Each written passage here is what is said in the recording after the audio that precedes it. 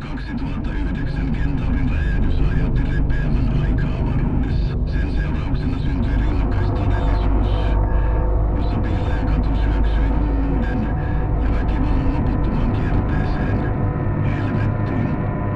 Tämän todellisuuden aikajana tapahtumat ovat tuntemamme todellisuuden kaltaisia, mutta synkempiä, sairaampia, aggressiivisempia ja väkivaltaisempia.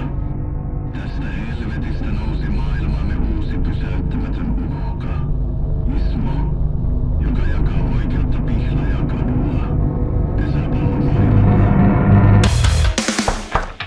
Avaa! Avaa! Ovi auki! Tapaa sut!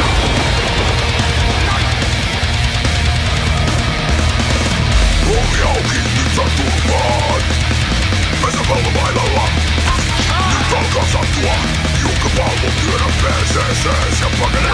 Ei enää ole ongelma, kun tartut pesäpallomailaan. Ja sä et rahaa mulle lainaat, tai saat pesäpallomailaa. Koukutella tai on lainaa, ja tarjo pesäpallomailaa. Maksa velkas tarvi kaljaa, ja kohta pesäpallomailaa. Mun täytyy alkaa koko maailmaa. On seriosi, puhutti mua. Pesäpallomailalla voi puolustautua. Vitun lossi pääsi paskaksi hakkaan. Ja nyt mä vitun avataan.